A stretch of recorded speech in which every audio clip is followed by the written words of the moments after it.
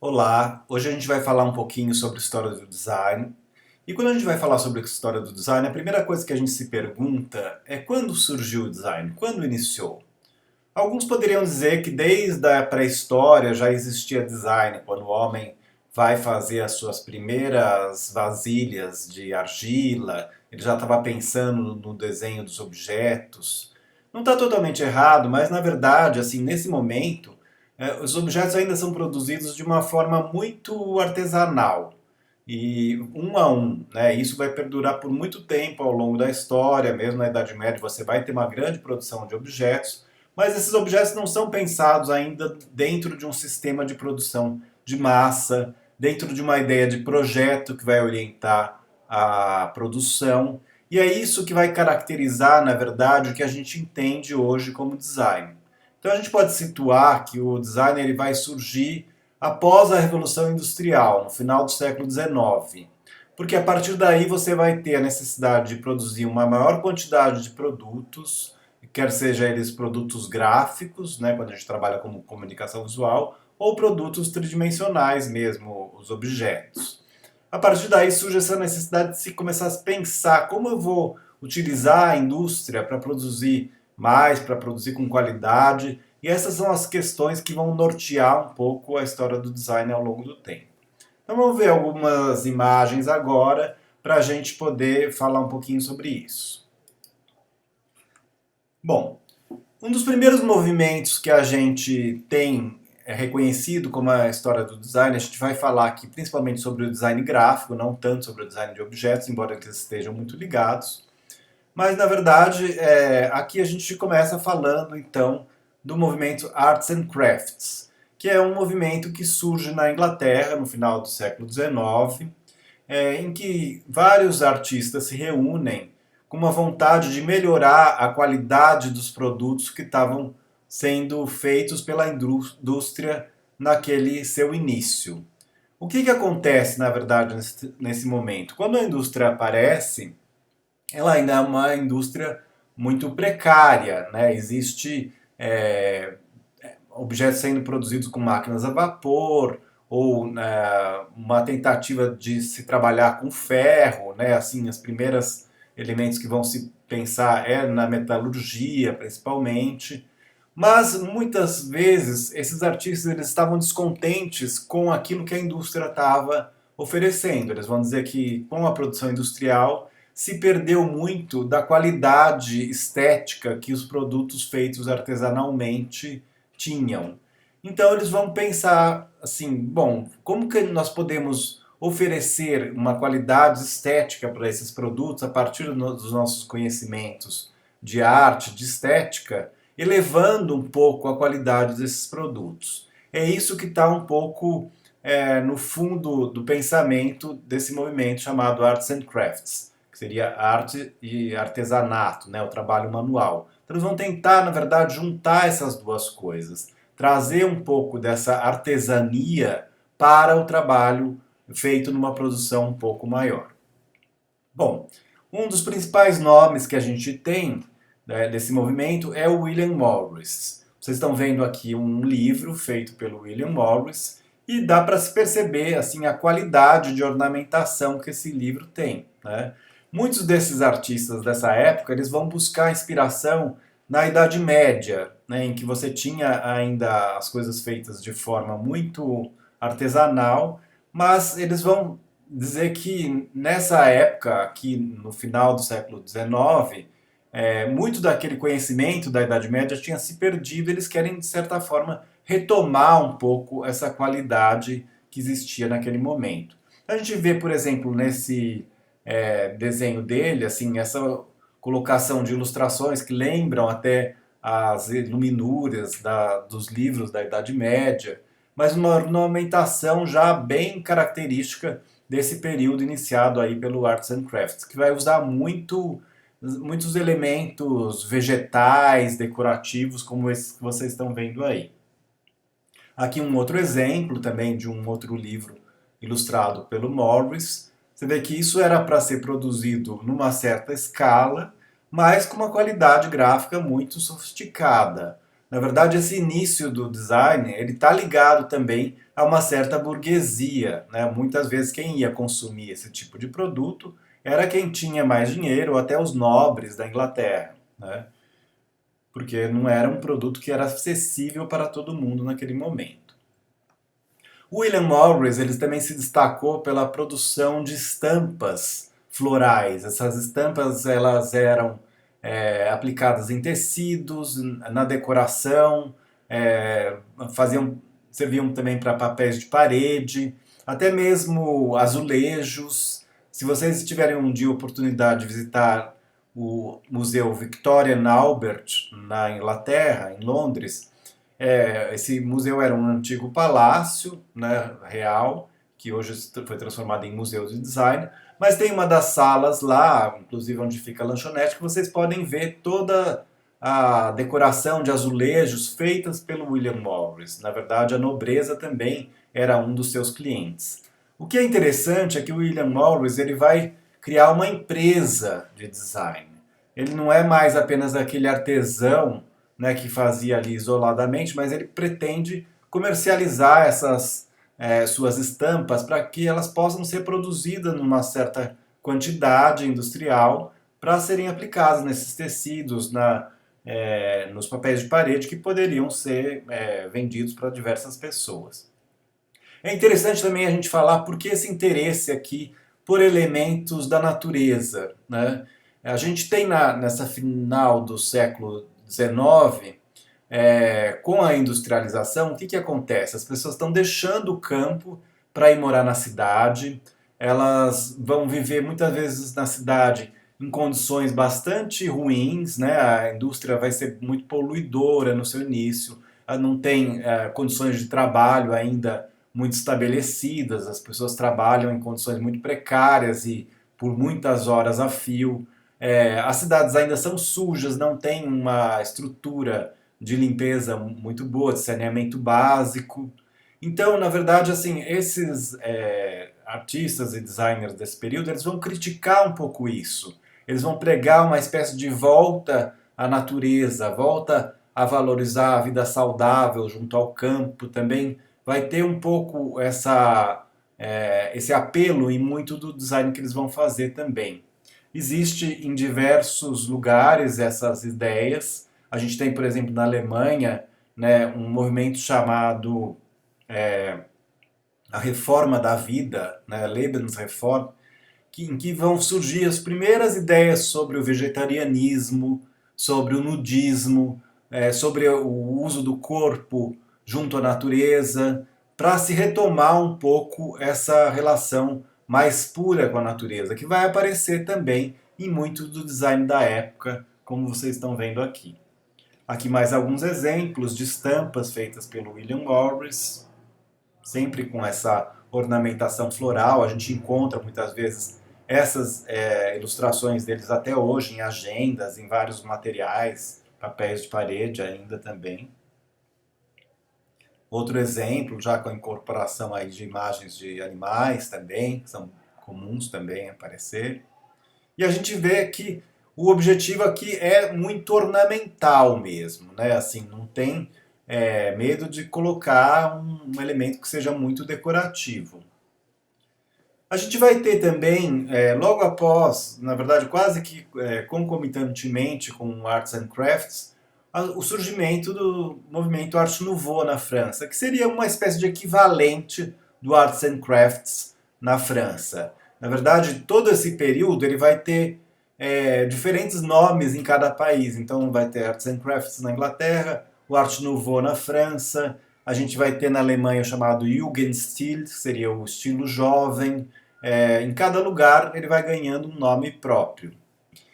A gente tem aqui também, nessa arte nouveau francesa, uma coisa que é muito importante, são os cartazes que eram feitos para os cabarés da época. Então esse é um cartaz feito pelo Jules Chéret, um dos principais ilustradores e designers daquele período. São cartazes de grande tamanho, eles eram colocados nas vitrines das lojas, nas ruas, eles geralmente são bem grandes, vocês podem ver aqui o tamanho, né?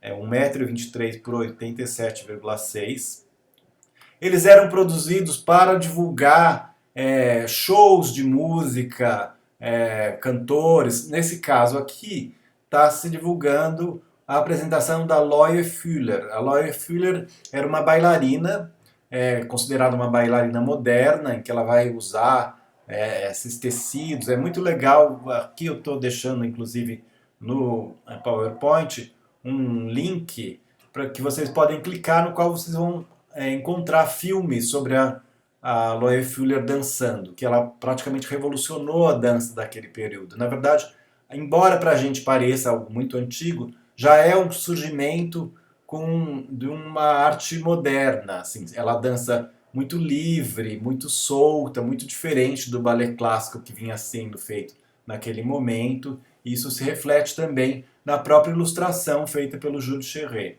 Uma das coisas que a gente pode falar assim, de características da Arte Nouveau, primeiro a gente vai ter muito a presença da ilustração, né? Assim, uma ilustração também bastante ornamental, feita à mão, geralmente, né? Mas que é reproduzida muitas vezes através da técnica da litografia. Litografia é uma espécie de gravura em que o artista faz esse desenho sobre uma pedra.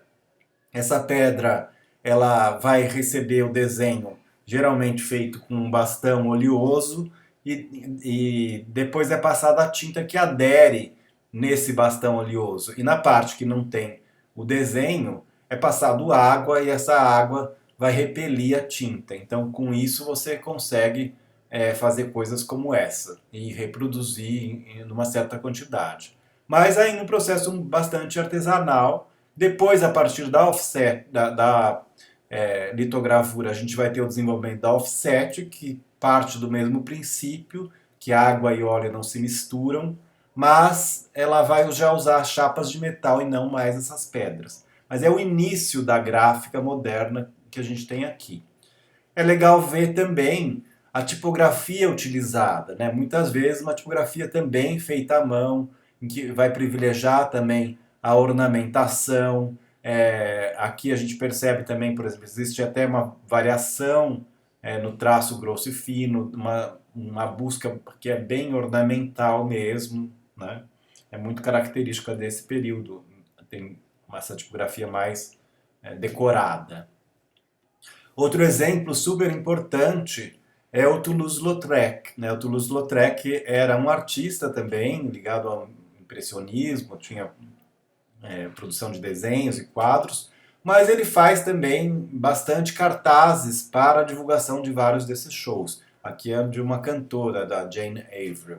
Vocês veem também que é o tipo de desenho bem manual, bem ornamental também. A forma do corpo dela, né, é muito lânguida, né, sensual, tem essas curvas. Toda essa ideia mais curva, ornamental, é muito característica desse momento Arte Nouveau.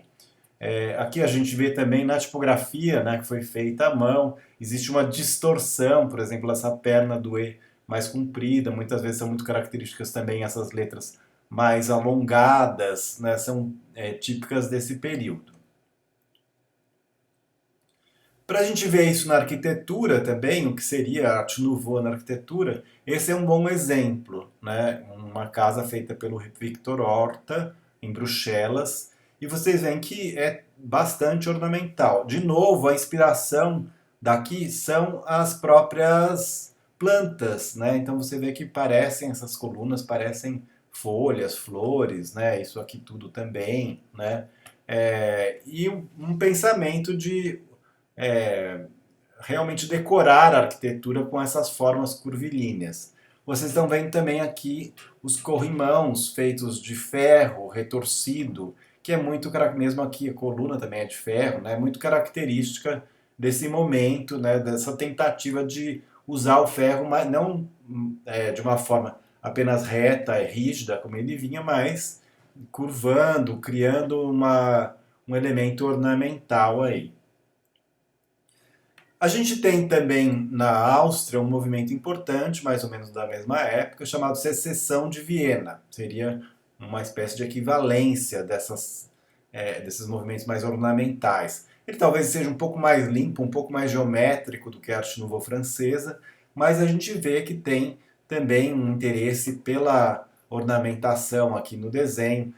O desenho da tipografia, por exemplo, a gente vê aqui nesse O menorzinho, né, ou mesmo esse E que se torna um pouco menor, isso aparece bastante, né, porque assim a ideia é criar um conjunto de imagem tipográfica em que as letras não precisam necessariamente ser do mesmo formato, do mesmo tamanho, mas que elas tenham uma certa harmonia visual. Ou mesmo aqui nesse cartaz, né, em que a gente vê que ele constrói com as próprias letras toda uma espécie de é, elemento geométrico, né, ornamental, e a gente vê, por exemplo, as letras menorzinhas aqui, né, ou, por exemplo, aqui a gente tem dois L's, né, um sobreposto ao outro, porque a ideia é criar realmente um conjunto visual muito atraente, né, e isso é bastante conhecido nesse momento, e tido como uma coisa muito moderna em relação ao que estava sendo feito até aquele momento. Os próprios artistas da Secessão de Viena vão, inclusive, construir um prédio próprio, possível de se visitar em Viena, chamado Secessão de Viena, no qual eles vão aplicar todos esses elementos ornamentais. Um dos grandes nomes da Secessão de Viena é o Gustav Klimt. Vocês provavelmente já viram essa imagem, né, muito conhecida. Né? O Klimt é muito mais conhecido, inclusive, como pintor, né, como artista visual, mas ele também fez outras coisas, fez tapeçaria, fez design gráfico também. Né? E vocês veem novamente aqui esse interesse pelo ornamento, né? Já diferente do William Morris, mais geométrico, mais estilizado, mas ainda assim bastante ornamental. Esse é, por exemplo, um cartaz feito também pelo Klimt. Né? Então vocês veem aí, né, novamente, o tipo de letra bem característico da Arte Nouveau, mesmo né, da Secessão de Viena, com essas distorções todas que a gente tem aqui, né? Daqui fica bem claro, dá para a gente perceber bem.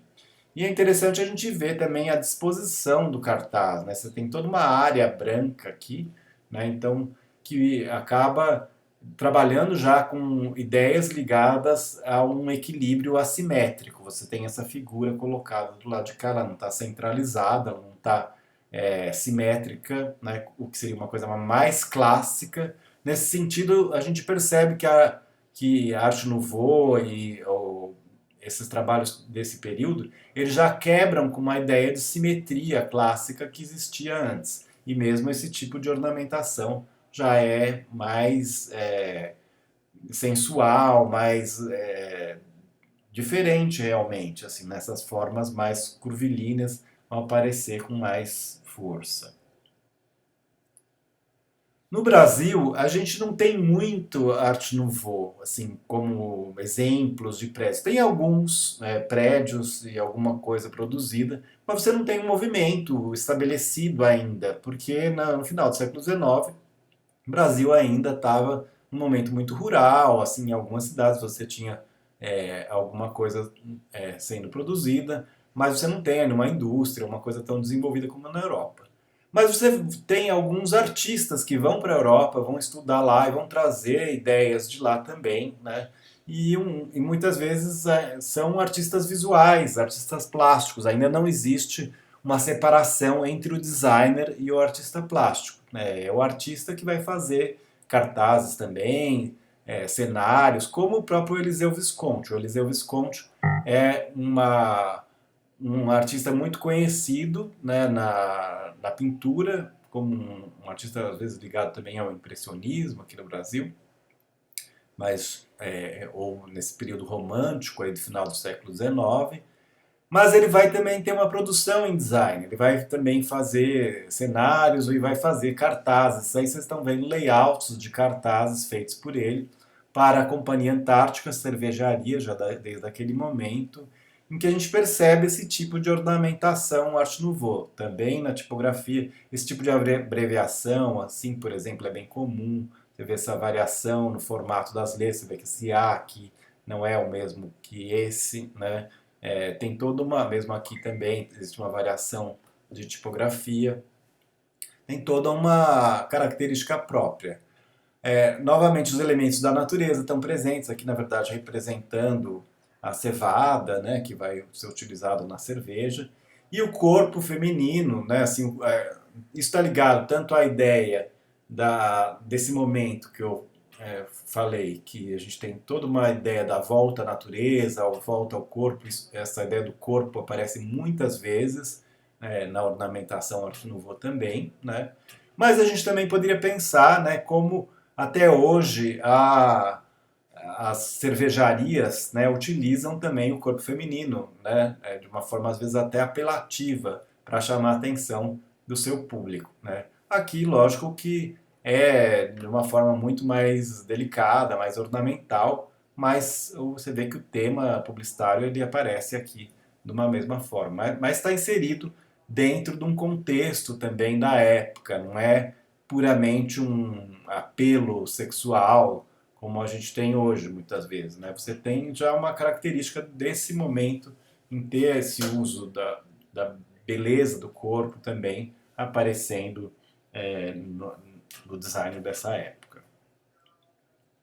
Aqui outro exemplo de cartazes, né? Alguns cartazes e capas de revistas feitas pelo Eliseu Visconti também, vocês percebem bem esse tipo de ornamentação Art Nouveau.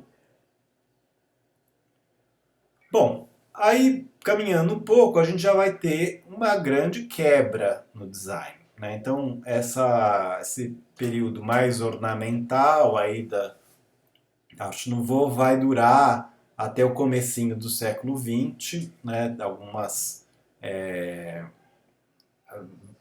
ainda se vai ter produção continuando, mas no século XX a gente já vai ter várias mudanças, inclusive na Europa, né, na arte, a gente vai ter todas as vanguardas artísticas surgindo, né, que vão romper com muito daquilo que estava sendo feito. Então a gente vai ter o surgimento do cubismo, do futurismo, do dadaísmo. Né? A gente não vai entrar em detalhe aqui dessas vanguardas, porque a gente não tem tempo para isso nessa aula, mas é importante a gente perceber assim, que já começa a se mudar o pensamento, né? Assim, a gente já tem uma indústria já existindo nesse momento, uma vida na cidade ainda mais frequente, mais forte, né? E na verdade toda aquela ideia de buscar a natureza, que tinha até um contexto assim que hoje a gente chamaria de hippie, né?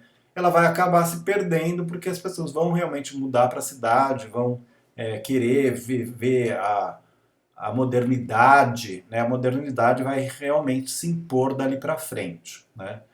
Um dos momentos importantes que a gente tem com relação a essa ideia da modernidade, da construção de um novo futuro, vai ser durante o construtivismo russo, né? A gente tem aí também nessa virada do século XIX para o século XX, a gente vai começar a ter o surgimento, né, da Revolução Russa, dessas ideias socialistas que vão aparecer lá na Rússia,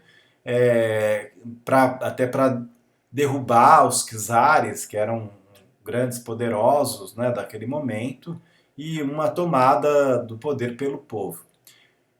Com isso, eles vão exaltar o progresso, vão exaltar os novos materiais, vão exaltar a clareza da comunicação, não mais aquela ideia só da ornamentação, que estava muito mais ligada a uma questão mais burguesa, mais dos nobres, tal, mas eles vão buscar uma outra forma de representar essa vontade de chegar mais próxima do povo. Então aqui a gente vê um exemplo de um cartaz feito pelo Rodchenko, né, esse artista russo. E esse cartaz ele convoca as pessoas a lerem. Na verdade é isso que essa mulher está falando, assim, né, livros de todos os ramos do conhecimento. Esses cartazes eles eram cartazes também de propaganda política. Eles eram afixados nas ruas para que as pessoas realmente começassem a ler, começassem a se instruir, né, ou começassem a aderir a esses novos ideais que vão surgir aí com a Revolução Russa. Aqui um outro exemplo de um cartaz, de uma capa de livro feito pelo Rodchenko, né, em que a gente percebe que os elementos já são muito mais geométricos, mais simples, mas de uma comunicação muito forte também, muito direta. Esse geometrismo, na verdade, ele vem também de uma influência europeia, até do cubismo francês também, os russos vão ter uma troca com a França aí bastante importante nesse começo do século e vão incorporar à sua maneira todas as vanguardas artísticas que estavam acontecendo na Europa. E vão desenvolver a sua forma própria também dessa chamado construtivismo russo, que vai explorar essas formas mais geométricas, a limpeza, essa clareza visual, mas com uma força bastante grande. Em termos de arte, esse é um exemplo do que eles produziram, né? É uma grande ruptura, porque eles começam a utilizar materiais que não eram utilizados para a arte, né, naquele momento, a madeira, o metal, que não eram, pelo menos não dessa forma, em chapas, como a indústria vai produzir, né? É bastante diferente do que a gente viu, por exemplo, que era feito com ferro na Arte Nouveau. E na pintura a gente também tem esse uso dessas formas geométricas. É uma nova linguagem que surge nesse momento. A gente tem também cartazes e outros trabalhos feitos pelo El Lissitzky, também outro artista ligado ao construtivismo russo, como por exemplo esse cartaz também é bastante famoso, né? E o cartaz, na verdade, aqui está escrito isso aqui, bater os brancos com nossa cunha vermelha. O que quer dizer isso? Né? A cunha vermelha está aqui, né? A gente está vendo, o branco talvez seria representado por esse círculo. Na verdade, existe na Rússia nesse período os brancos que eram um exército mais ligado ao conservadorismo e os vermelhos seriam os bolcheviques, esses que queriam realmente implantar a Revolução Russa. Então, na verdade, o cartaz é uma propaganda dos bolcheviques, assim, de que eles conseguiriam derrotar os brancos, que seriam os conservadores. E você vê que ele representa isso de uma forma bastante abstrata e livre, mas que a cunha vermelha está entrando aqui sobre essa área branca, né? Acaba dominando esse espaço. Percebam como é interessante a construção do espaço, né? Totalmente livre. Aqui também não tem a ideia da simetria, é muito mais um espaço em que as formas flutuam de alguma maneira, né? E criam um interesse visual completamente diferente do que existia ali. Ou mesmo aqui nessa montagem fotográfica, como extremamente moderno, né? A gente pensar que essa fotografia de 1924 é uma fotografia analógica feita no laboratório, uma montagem toda feita no laboratório com negativos, mas incorporando já elementos muito até contemporâneos, a gente poderia dizer, né? Parece até uma fotografia que poderia estar presente nos dias de hoje, mas ela é feita naquele momento, com os recursos daquela época. Aqui outro exemplo, né, do design russo também, né, feito pelo El Lissitzky, é uma página para o livro do Vladimir Mayakovsky, e a gente vê que surge também toda a ideia da poesia concreta já, né, a construção das letras também ganha uma, é, uma estética própria, não é apenas um texto colocado ali, né, o uso do espaço em branco também faz parte, né, bem fora da ideia da simetria, por exemplo, né? Mas criando um ritmo quase musical aí nessa página. Em termos de arte, por exemplo, esse é um exemplo da radicalidade que tinha, né, o trabalho do El Lissitzky. Essa é considerada uma das precursoras das instalações, na verdade. É um ambiente todo que ele cria, com pedaços de madeira pintados, geométricos. Pela primeira vez que isso surge na história da arte, assim, essa pintura que não é mais dentro de um quadro, ela vai para um espaço. É muito inovador e a gente percebe uma correlação bastante grande, né, em termos do espaço real aqui da exposição e próprio desenho que ele vai usar nos seus trabalhos gráficos. Bom, a gente tem também aqui a chegada a Bauhaus, né, que é tida como o grande símbolo da modernidade, né?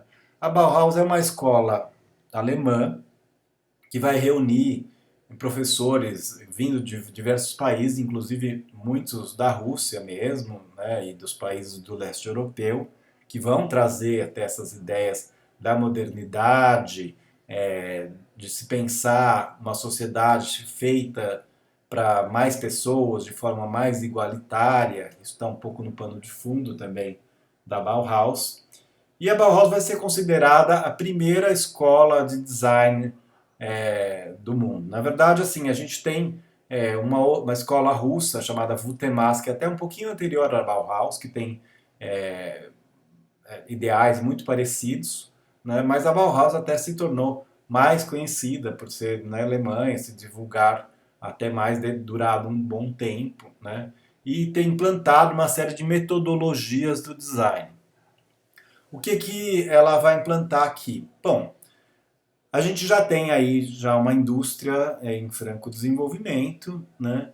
E agora vai se surgir uma filosofia não mais contra a indústria, porque na verdade, assim, se a gente pensar lá o Arts and Crafts, o William Morris, eles tinham uma postura quase contra a indústria, embora eles quisessem produzir aqueles objetos numa grande quantidade, muitas vezes até era muito difícil produzir em grande quantidade, porque imagina você fazer uma cadeira toda torneada, um elemento tão decorativo, com tantas linhas, curvas, elementos mais decorativos, era mais difícil para a indústria produzir aquilo do que fazer uma coisa mais limpa, mais racional, mais clean, com formas mais retas, mais retangulares, né? Então a Bauhaus vai surgir dentro desse espírito. Como que eu posso utilizar a indústria, aquilo que a indústria já oferece, as suas chapas retas, cortadas de forma simples e clara, limpa, para poder chegar numa boa forma, para poder chegar numa estética agradável, mas que seja funcional, que seja objetiva, que seja clara, que seja limpa, baseada muitas vezes em formas geométricas, porque a geometria acaba trazendo uma facilidade de produção. Tudo isso está dentro do pensamento da Bauhaus.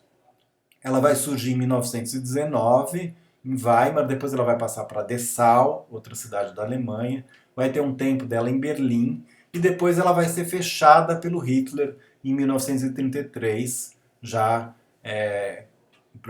no meio da guerra, né? Bom, esse é um exemplo de um prédio construído já em Dessau pelo Walter Gropius, um dos principais diretores da Bauhaus, em 1925. Esse prédio ainda existe, pode ser visitado. Se a gente analisar o próprio prédio, a gente vai ver que ele já tem vários elementos aí da arquitetura moderna, né? Na verdade, a Bauhaus ela procurava reunir tudo, design, arquitetura e arte. Era uma ideia de integrar a arte no seio da sociedade, que a arte também pudesse ser aplicada na arquitetura e no design.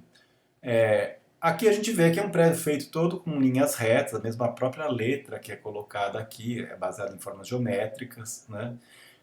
A gente tem uma grande fachada de vidro, que é uma grande novidade para a arquitetura nesse momento, uma fachada feita com vidro e com ferro, né?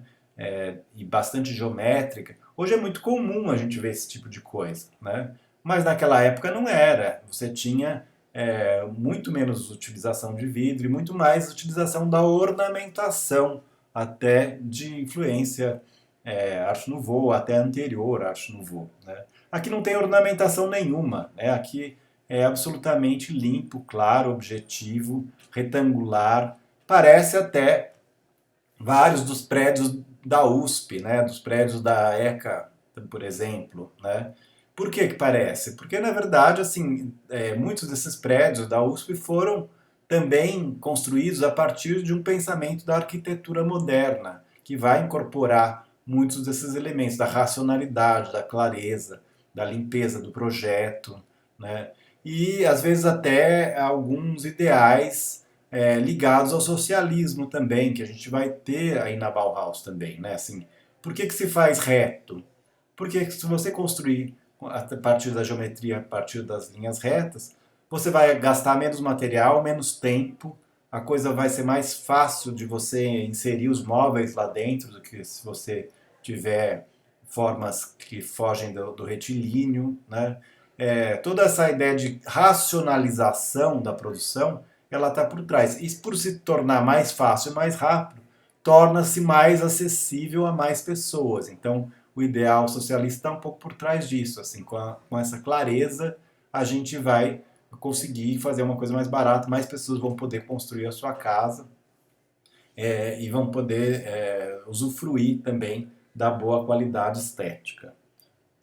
Bom, em termos do design de móveis também, que é bastante conhecido, vai surgir também uma outra ideia, assim, não mais aquela cadeira feita artesanalmente, torneada em madeira, mas uma cadeira que vai utilizar novos materiais, por exemplo, o ferro e o alumínio, já não mais aquele ferro, na verdade, todo torneado, mas o alumínio e outros metais que vão poder ser dobrados de uma forma mais simples na indústria, mas mesmo assim eles não deixam de buscar o que eles chamam de boa forma, né? Assim, pode ser simples, clean, objetivo, mas tem que ter uma boa qualidade estética. Existe uma ideia também que atravessa toda a Bauhaus, que é o famoso menos é mais, né? Que até o Mies van der Rohe, esse artista que vai cunhar essa expressão, né? Menos é mais. Quanto menos ornamento eu tiver, melhor. E também que a forma não deve ser uma forma por si só, como na arte nouveau, uma forma puramente decorativa, mas a forma deve seguir a função. Então, forma e função são totalmente ligadas. Assim, para o pensamento da Bauhaus, não existe uma forma que seja só para enfeitar. Ela deve ter uma função. O principal é ter uma função racional. Né? Em termos da comunicação visual, por exemplo, esse é um cartaz desenvolvido pelo Oscar Schlemmer, que era um dos professores da Bauhaus. E vocês veem também como já mudou completamente o design. Né? Assim, é muito mais geométrico, muito mais limpo. É um cartaz de propaganda do novo salão de arte, que eles estavam abrindo como exposição. A gente vê um pouco aqui um rosto meio estilizado, que depois isso aqui vai até ser utilizado para ser o logotipo da Bauhaus, mas já dentro de uma ideia totalmente construtiva, geométrica, plana, chapada, com poucas cores. Na verdade, é um cartaz impresso a uma cor só, né? O que também barateia a produção. Né? Isso eles também estão pensando nesses custos e nessas questões econômicas. Vão ser importantes para esse pensamento aí do design moderno. Aqui um exemplo de uma capa de livro feito pelo Moholy Nagy, também outro professor da Bauhaus, que vai falar muito sobre tipografia. E a gente percebe já completamente diferente também, né, daqueles livros feitos, por exemplo, pelo Eliseu Visconti, super ornamentais, ou mesmo feitos pelo William Morris. Aqui a gente tem uma geometria bem limpa. Você tem uma capa também que vai lidar com equilíbrio assimétrico, então está tudo mais para o lado de cá, mas é o lugar onde meu olho para, e por aqui que eu vou abrir a capa do livro. Existe uma ideia de contraste bastante importante, né? A gente tem um contraste aqui, além do preto e do branco, contraste do tamanho entre as letras, né? Esse número bem grandão, isso que acaba criando um certo interesse nesse design, né? Eles vão explorar esses outros elementos, né? E essa limpeza visual vai ser muito característica desse período. E a função também. Então você vê que a letra ela não tem mais nenhuma um ornamento. Porque para que serve uma letra? Para ler. Né? Então não precisa ter curvas, enfeites. É uma letra assim, bastão, né? Uma letra, como a gente fala, uma letra sem serifa, que é bastante tida também como uma letra da Bauhaus, do design moderno.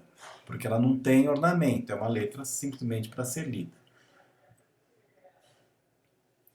Esse é uma capa de livro, frente e verso, também feita pelo Moholy Nagy. Vocês percebem novamente, né, o uso dessas letras bem limpas, bem claras. E ao fundo, essa imagem que vocês estão vendo aqui, que parece uma fotografia, mas meio abstrata, meio geométrica, na verdade é um fotograma. O fotograma é uma técnica na qual você consegue produzir fotografias sem negativo. Então, nessa época, você tem ainda a produção da fotografia com, com a projeção do negativo, né, sobre um papel, né, num ampliador, e esse papel é revelado depois através de produtos químicos, e ele é sensibilizado pela luz. No fotograma, você faz uma fotografia que não usa negativo. Então você acende a luz do ampliador, que seria uma espécie de projetor de luz. Só que ao invés de você colocar o negativo para ser projetado, você simplesmente acende a luz e coloca determinados objetos sobre o papel fotográfico. Então aqui pode ter sido, por exemplo, um copo, né? Ou uma régua, outros elementos meio translúcidos que vão sensibilizar o papel. A sombra deles vai produzir determinados desenhos no papel. E aí vai conseguir produzir imagens abstratas como vocês estão vendo aí. Apesar de ser um processo até simples hoje, era altamente tecnológico naquele momento. Parece uma imagem muito feita, às vezes até em computação gráfica, mas na verdade ela era feita de uma forma totalmente analógica, e aí está a sua revolução também, né? E o uso dessas fórmulas geométricas muito limpas, como vocês estão vendo aí. Esse é um folheto feito pelo Moholy-Nagy. Na verdade, ele é um roteiro para um filme, e o Moholy-Nagy cria esse tipo de folheto que ele vai chamar de tipofoto, que é, na verdade, para poder representar como seria a gravação de um determinado filme. Então ele tem descrição aqui do que aconteceria nesse filme e algumas imagens de referência para o filme ser produzido depois. Isso aqui seria o precursor do que a gente vai chamar depois de storyboard, que seria aquela história em quadrinhos, né? Assim, que você coloca várias imagens do filme e embaixo você coloca o texto que está sendo falado no filme, que ainda se usa às vezes até para fazer propaganda. Aqui a ideia é a mesma, só que você tem uma construção no espaço que é muito interessante, né? Porque o próprio destaque que ele dá para algumas imagens, para o tamanho, ou mesmo para os espaços vazios, podem refletir também um pouco o pensamento que ele tinha com relação à importância de cada uma dessas cenas no filme. Então, talvez as cenas mais rápidas elas fossem menores, as cenas mais duradouras fossem maiores. Você tem determinados ritmos visuais que são construídos nessa diagramação, né, que a gente percebe aqui muito claramente. E vocês veem também que é um uso do espaço bastante diferente, lidando já também com a ideia do equilíbrio assimétrico. Inclusive, as partes em branco, elas também fazem parte do layout, elas não estão ali só sobrando, mas elas são pensadas propositalmente. Aqui é uma série de páginas de um catálogo dos livros da Bauhaus, né? Então ele mostra aqui um pouco as capas dos livros, tal. Mas é interessante a gente perceber como com esses poucos elementos, né, que são mais a geometria, essa letra sem serif, essa letra básica, só apenas duas cores, né, o preto e o vermelho, ele consegue criar um dinamismo visual, né? Essas tarjas vermelhas são bastante características do período. O uso do contraste da tipografia, embora seja praticamente um único tipo de letra, você tem uma variação de peso, uma variação de tamanho, né? E consegue criar um ritmo visual aí bastante interessante. É bastante também importante para todo esse pensamento do design moderno. Quando a gente fala em design moderno, também é bom esclarecer que não é só a Bauhaus. A Bauhaus talvez seja a grande divulgadora do design e da arquitetura moderna, né? Mas isso vai se espalhar pelo mundo, né? Assim, e vai se tornar muito importante e influente durante praticamente todo o século XX. Até a gente vai ter que começar a mudar algumas coisas aí nesse pensamento, mas depois da segunda metade do século XX, né? Na arquitetura lá pelos anos 80, a gente vai ter algumas mudanças no design também, na arte talvez um pouco antes, mas até esse momento aí você vai ter essas ideias da clareza, da legibilidade, da racionalidade, do geometrismo, da organização, das imagens mais planas, tudo isso que vem com a Bauhaus vai se tornar importante, né, durante o século XX. E uma das coisas importantes também é o grid, né, ou a grade, a grelha, né, que é um esquema, como esses que vocês estão vendo aqui, vários, que você utiliza para poder diagramar uma determinada página. Então, quando você cria um cartaz ou qualquer outra peça gráfica, você não vai jogar ela simplesmente em qualquer lugar no espaço, mas você vai criar uma estrutura e, por exemplo, se você for colocar uma foto, você deve encaixar ela dentro de algum desses quadrados aqui, né? Junto com texto, também blocos de texto, para que a coisa se torne mais organizada. O grid é muito importante até hoje, né? Então, as revistas de hoje ainda utilizam muitos sites, né? Também utilizam porque ela é essa estrutura com a qual você organiza as coisas. Você pode ter uma variação de uma página para outra, mas você vai ter uma unidade. Então, se você pegar uma revista, você pode virar várias páginas da mesma revista que você vê que elas estão seguindo o mesmo grid, uma estrutura invisível que está por trás, mas que dá uma unidade para essa publicação, e nos sites também.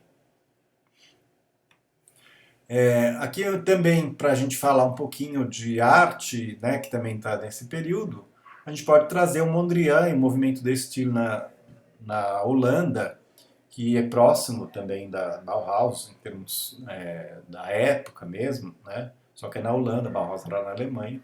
E um dos grandes nomes é o Mondrian, que vai produzir esse tipo de quadros durante toda a sua vida, apenas variando o tamanho dessas formas e estudando esse equilíbrio assimétrico dentro de um determinado espaço, que serve também até quase como que uma estrutura que poderia ser utilizada numa página de um jornal, de uma revista. Aqui um exemplo, por exemplo, de um cartaz feito pelo Theo van Desburg, que era outro artista importante ligado a esse movimento de estilo, o estilo na Holanda.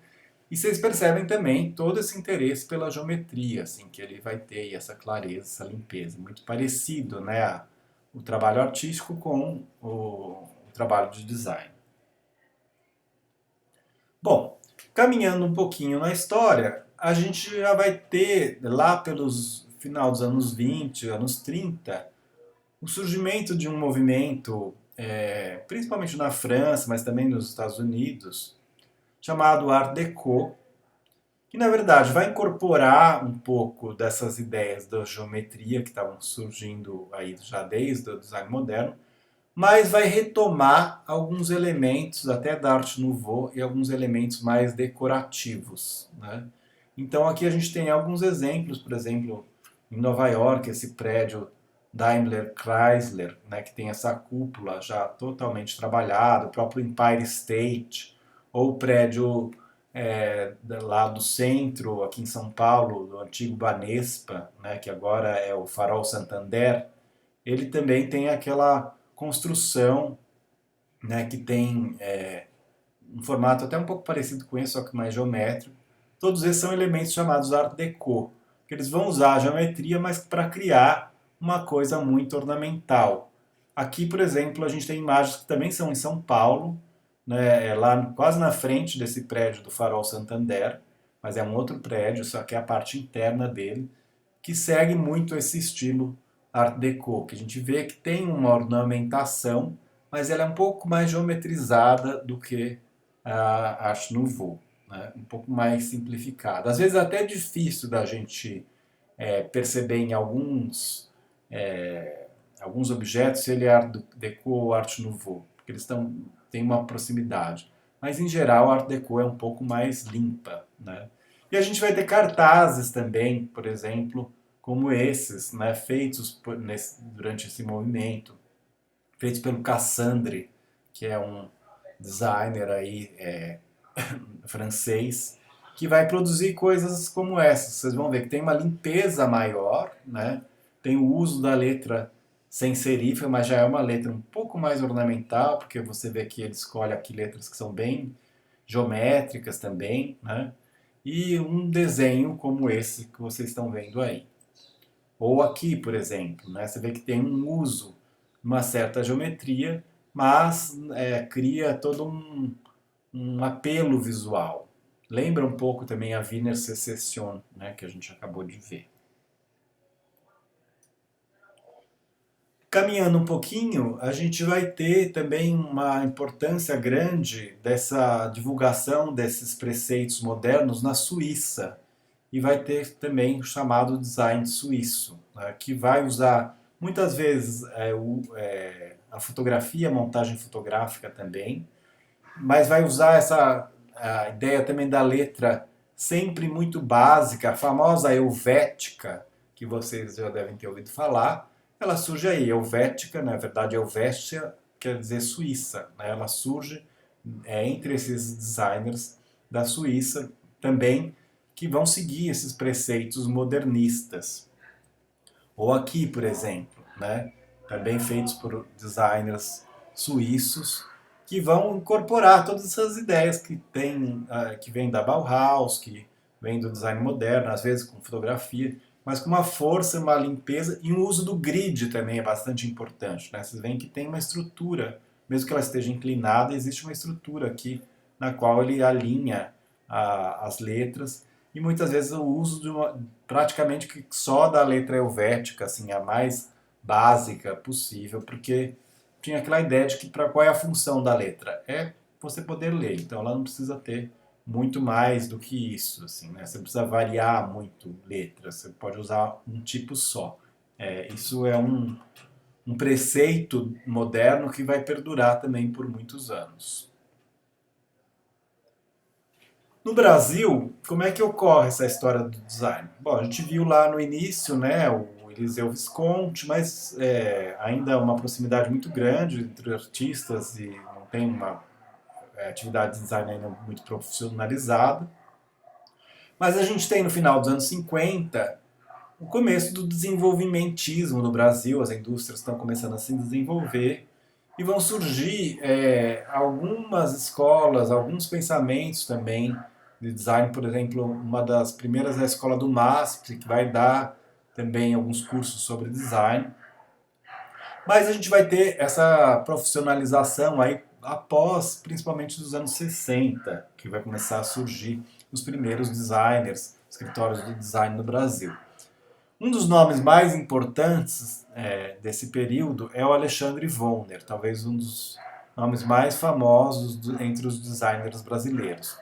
O Alexandre Vonner ele tem uma história muito interessante, porque ele era um artista ligado ao movimento concretista. Isso aqui é uma obra dele, que faz parte até da coleção do MAC, da USP. Vocês veem que usa muito elementos geométricos. Existe esse chamado concretismo, ou movimento concreto brasileiro, que na verdade vai beber muito nas referências da arte russa, do construtivismo russo. Então o uso das formas geométricas vai estar muito presente, dessas formas mais chapadas, mais limpas, né? Que vai ser bastante importante na década de 50 no Brasil. O Alexandre Vonner começa também dentro desse contexto aí, que é uma modernização do país que está acontecendo nesse período.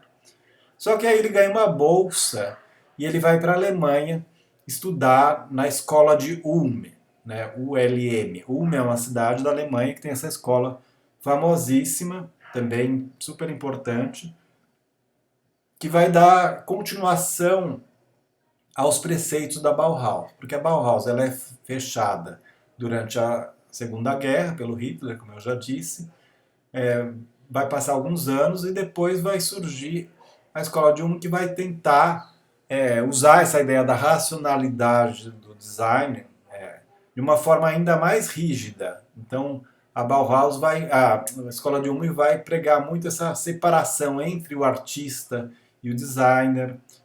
E o Alexandre Vonner vai aprender muito disso lá e vai trazer de volta para o Brasil dizendo que ele não é mais artista, que ele é um designer, que são coisas completamente diferentes, que o design tem o objetivo de resolver problemas da sociedade a partir de um pensamento racional de projeto e não simplesmente criar livremente como um artista. É isso que ele vai propalar por muito tempo, inclusive em artigos que ele vai publicar.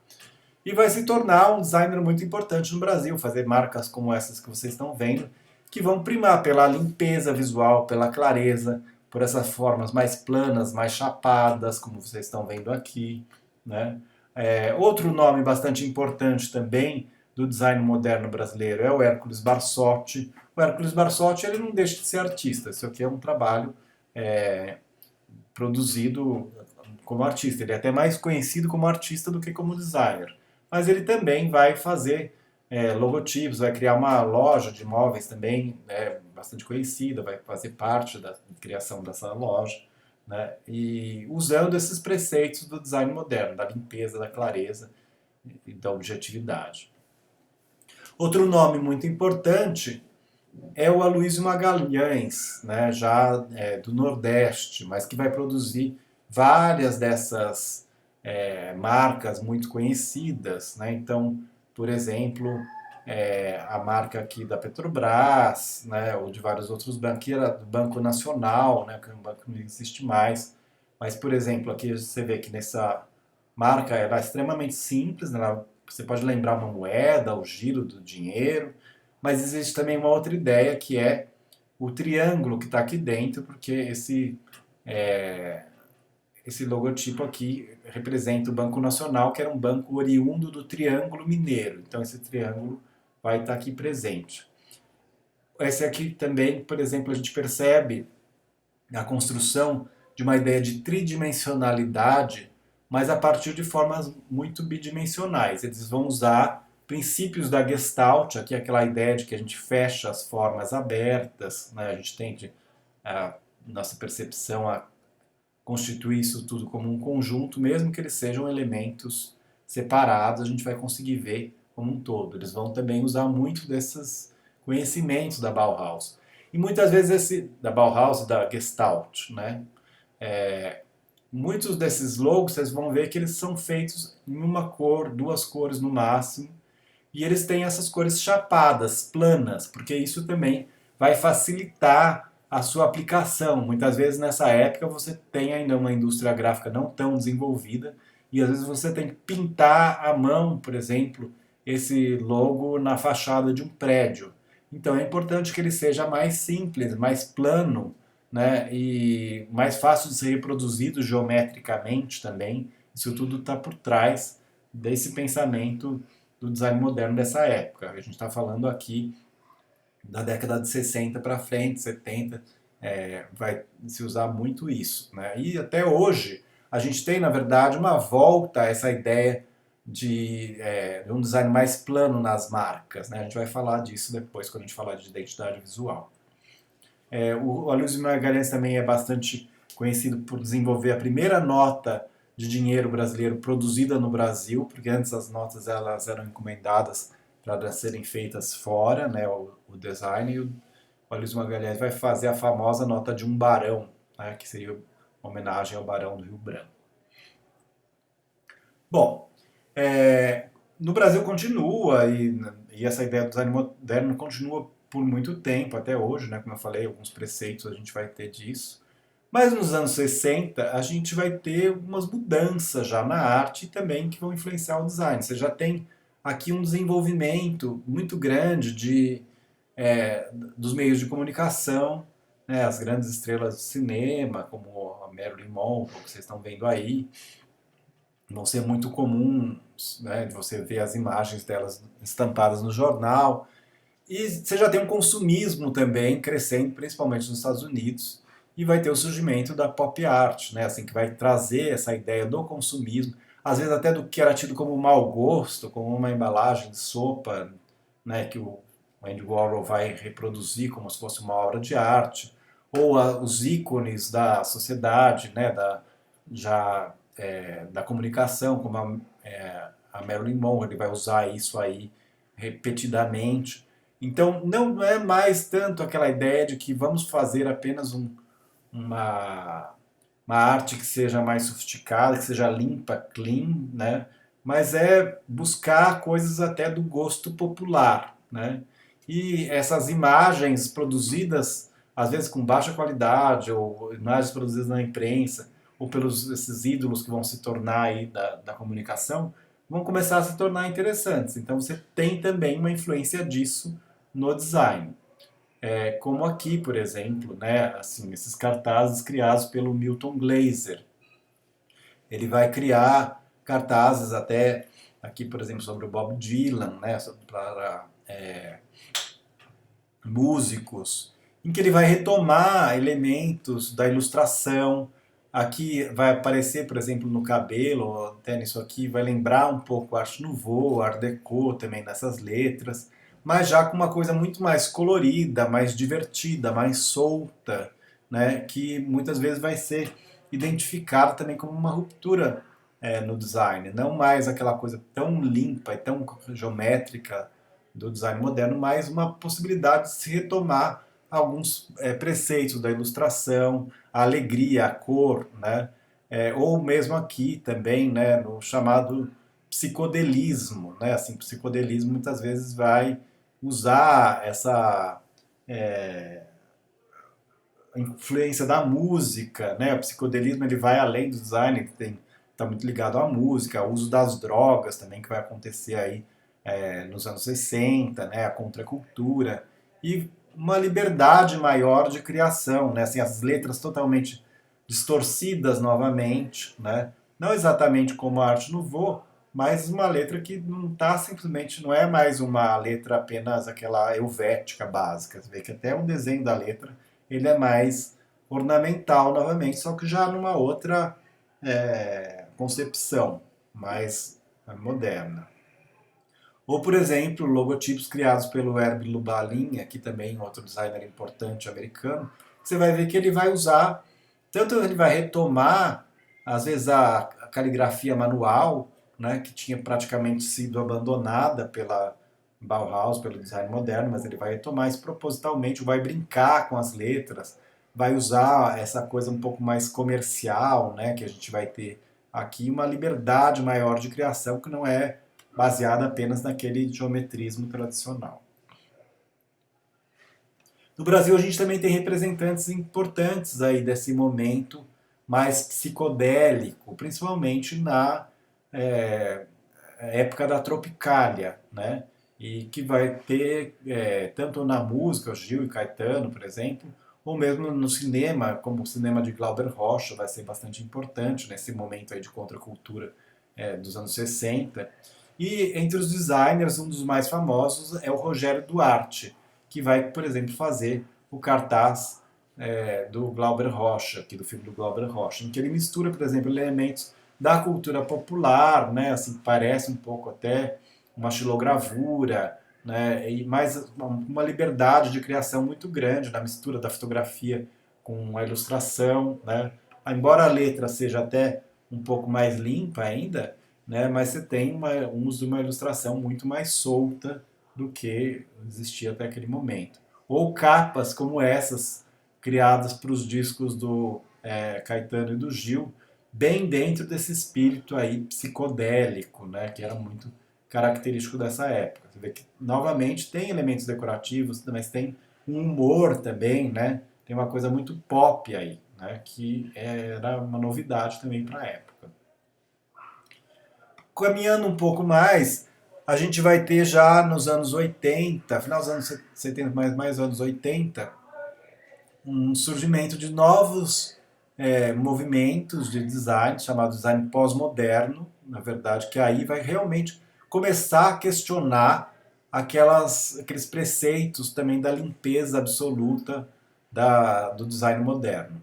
Então, não mais aquela cadeira que simplesmente deve ter a função de sentar, mas uma cadeira que pode misturar diversos estilos, que pode misturar diversas cores, diversos materiais, pode ter um certo humor.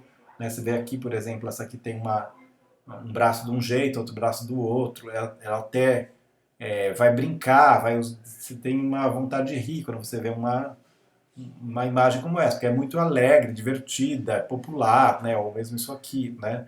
Isso vai surgir muito nesse momento, querendo romper um pouco com essa sisudez do design moderno. E na arquitetura também, né? Você vai ter chamada arquitetura pós-moderna, que vai às vezes usar mais cor, vai fazer citação de estilos antigos, então pode ter um prédio muito moderno, mas que de repente no meio do prédio tem uma coluna grega, né? Ou vai misturar com outras coisas. Essa brincadeira, essa liberdade do design pós-moderno vai surgir também nesse momento, né?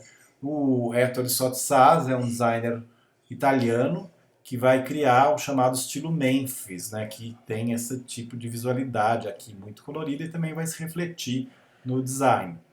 É importante a gente pensar também que depois disso, né, vai chegar aqui lá pelos anos 80, mais ou menos, a gente vai ter já uma cultura televisiva, né? Vão começar depois a surgir os primeiros games também, né? E isso vai influenciar também, até mesmo na MTV, por exemplo, que vai surgir nesse período, né? Essa coisa mais divertida, não tão limpa, tão clean, tão preto e branco como seria a coisa mais ligada ao modernismo. Outro exemplo importante é, por exemplo, esse trabalho da April Grayman, de 86, né? Também ela é identificada com o chamado New Wave Design, a gente tem a música New Wave também nesse período, né?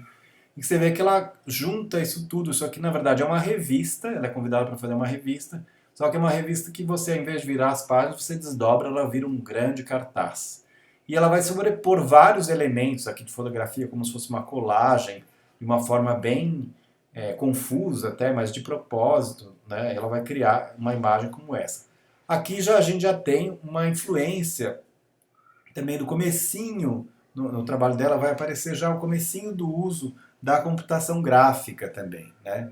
Que na verdade no Brasil vai chegar a partir da década de 90 na computação gráfica, né? Até esse período você vai trabalhar ainda na mão, mas no começo da década de 90 ainda existia uma fase de transição entre o design feito na mão e o design feito no computador.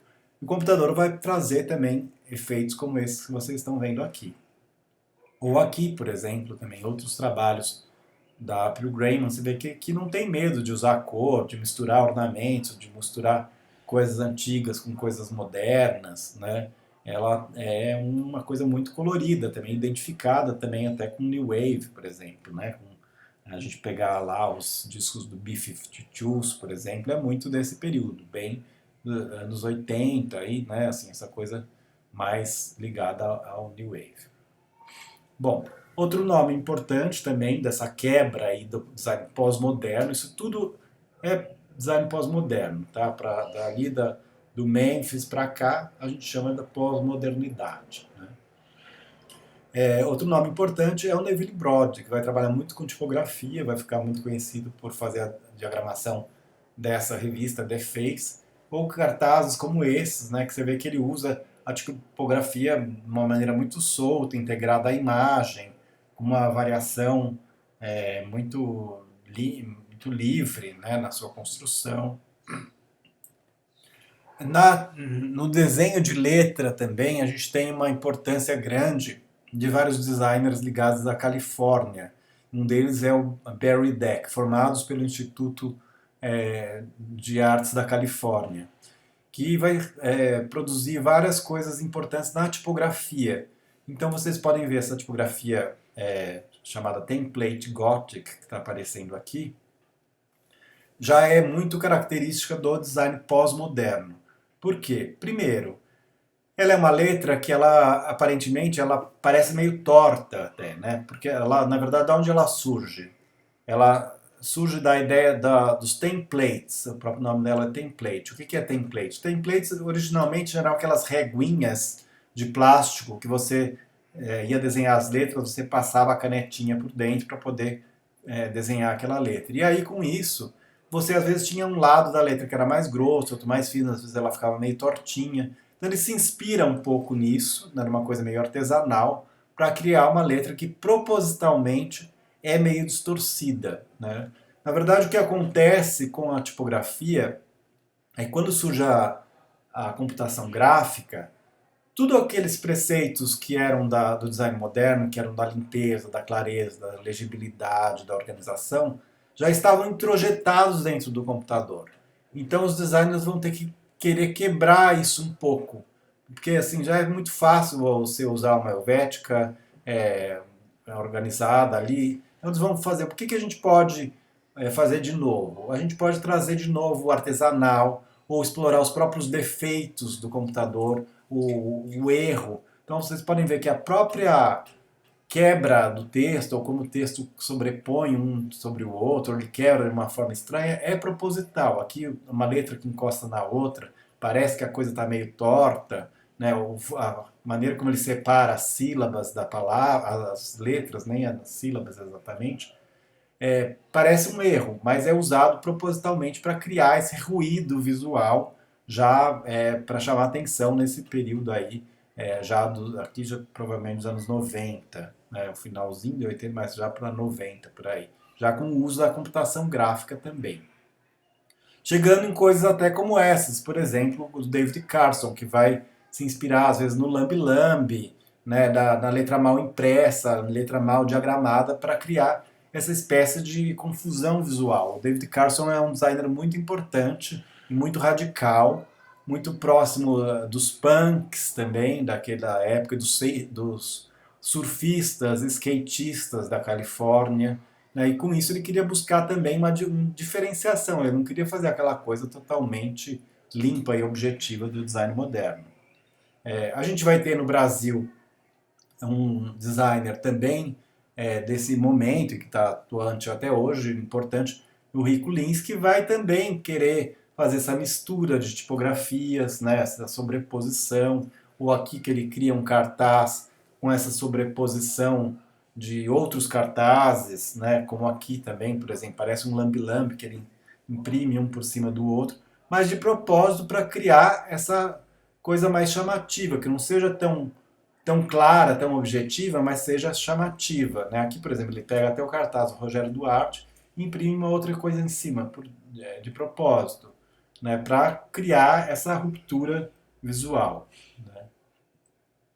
Ou aqui, por exemplo, né? A capa da Bravo, que ele faz essa espécie de colagem, uma liberdade muito grande, já utilizando a computação gráfica também. Ou aqui, por exemplo, ele faz uma fonte, está escrito rock aqui, né? Mas ele faz essa fonte com imagens de óculos, né? Ele pega uns óculos, escaneia esses óculos, corta os óculos e constrói uma fonte inteira a partir de óculos, né? Que é uma coisa meio inusitada, né? Não é só a legibilidade e a clareza que ele está procurando aqui, pelo contrário, ele está criando um ruído visual, uma espécie de confusão, mas que vai chamar atenção por causa disso também. O importante é a gente pensar assim, que tudo isso, na verdade, a gente tem à disposição do design hoje. A gente tem tanto pode ir para um lado mais assim de buscar uma confusão, uma estranheza visual, como a gente também pode ir para uma coisa mais clean, mais limpa, como o design moderno. Depende muito de qual é o cliente que você está fazendo, qual é o objetivo daquele trabalho. Outro exemplo de um designer contemporâneo e artista brasileiro também é o Guto Lacaz. Você vai ver que os desenhos poderiam até estar próximos do design moderno, mas tem muito humor, tem uma diversão. Aqui, por exemplo, esse logotipo parece que ele levou um susto, né, e arrepiou, mas tem a ver um pouco com a ideia da história em quadrinhos. O Guto Lacaz vai usar bastante humor no seu trabalho, né, e vai produzir coisas como essas que vocês estão vendo aqui. Outro exemplo de um designer atual bastante importante também é o Kiko Farcas, que produz uma série de cartazes para a Orquestra Sinfônica do Estado de São Paulo. Cada série de cartazes é diferente da outra, às vezes ele faz referência a determinados estilos históricos de design e cria cartazes que são abstratos, que não vão representar necessariamente a música, mas vão trazer algum elemento que vai ser, às vezes tem relação com a música ou não, mas vai ser interessante visualmente, né? E vale a pena também procurar pesquisar um pouquinho sobre o cartaz do Kiko Farcas, que é bastante conhecido. Por último, eu coloquei duas imagens aqui da Bienal de São Paulo, porque eu acho que é interessante vocês conhecerem um pouco também os cartazes da Bienal de São Paulo. Então até vou mudar aqui para o site da Bienal de São Paulo, e vocês podem aqui ter acesso a todos os cartazes da Bienal. Depois vocês podem procurar lá, bienal.org.br/exposições/cartazes, que vocês vão ver todos os cartazes desde 1951 até os dias atuais. É legal de ver isso aqui porque você vê um pouco a história do design refletida na Bienal. Então a gente vai ver, por exemplo, que lá no comecinho tem cartazes muito geométricos, né, muito ligados ao design concreto. Aí depois aqui, já na década de 70, já existe uma citação à Mona Lisa, então na verdade já tem uma característica meio pop, né? Pega só o sorriso da Mona Lisa e amplia, que dá um certo humor também para o cartaz, né? Aqui na década de 80, que existe uma retomada da pintura, mas você tem já o uso também da cor, dessa coisa meio manual, que tem a ver com design pós-moderno, né, do gesto também, que vai aparecer aqui. Ou aqui, por exemplo, nesse cartaz do Rico Lin, já do comecinho da década de 90, a mistura de diversos características da linguagem, dos meios eletrônicos, a retomada do traço manual, daquela coisa que parece que está meio feita de qualquer jeito aqui, nesse outro, né? A gente vai ter vários exemplos muito interessantes, acho que vale a pena vocês verem, né? E eu também gostaria de pedir que vocês, para a próxima aula, que vocês escolham algum tema ligado ao design e façam uma postagem no nosso grupo comentando algum período histórico do design, né? Na verdade, assim, não é qualquer coisa sobre design que vocês vão postar. Vocês vão postar algum elemento histórico do design. Ele pode ser histórico tanto mais recente como lá do começo do design. Pode ser relacionado a alguns desses nomes de designers que eu trouxe aqui, ou pode ser outros também, que vocês vão complementar essa aula. Vocês vão buscar aí na internet, vocês vão encontrar vídeos, textos, fotos, enfim, vários tipos de elementos que vocês vão postar no grupo para que a gente possa ampliar um pouco o nosso conhecimento da história do design. Tá? Essa aula serve como uma base, mas existe muita coisa para se pesquisar ainda, né? O design é bastante amplo, né? Não existe uma única história do design. Então vocês vão complementar aí, né? E vão postar para a gente poder ter um material mais amplo aí sobre a história do design. Eu vou deixar para vocês também na pasta lá do Classroom um texto para leitura, essa aula gravada, o PDF também, e essa explicação desse exercício para fazer a postagem para a próxima semana. Até a próxima aula. Eu quero que todo mundo tenha postado lá para a gente poder depois ver e comentar, e vocês também comentarem entre si. Ok? Então, um abraço e bom descanso para vocês.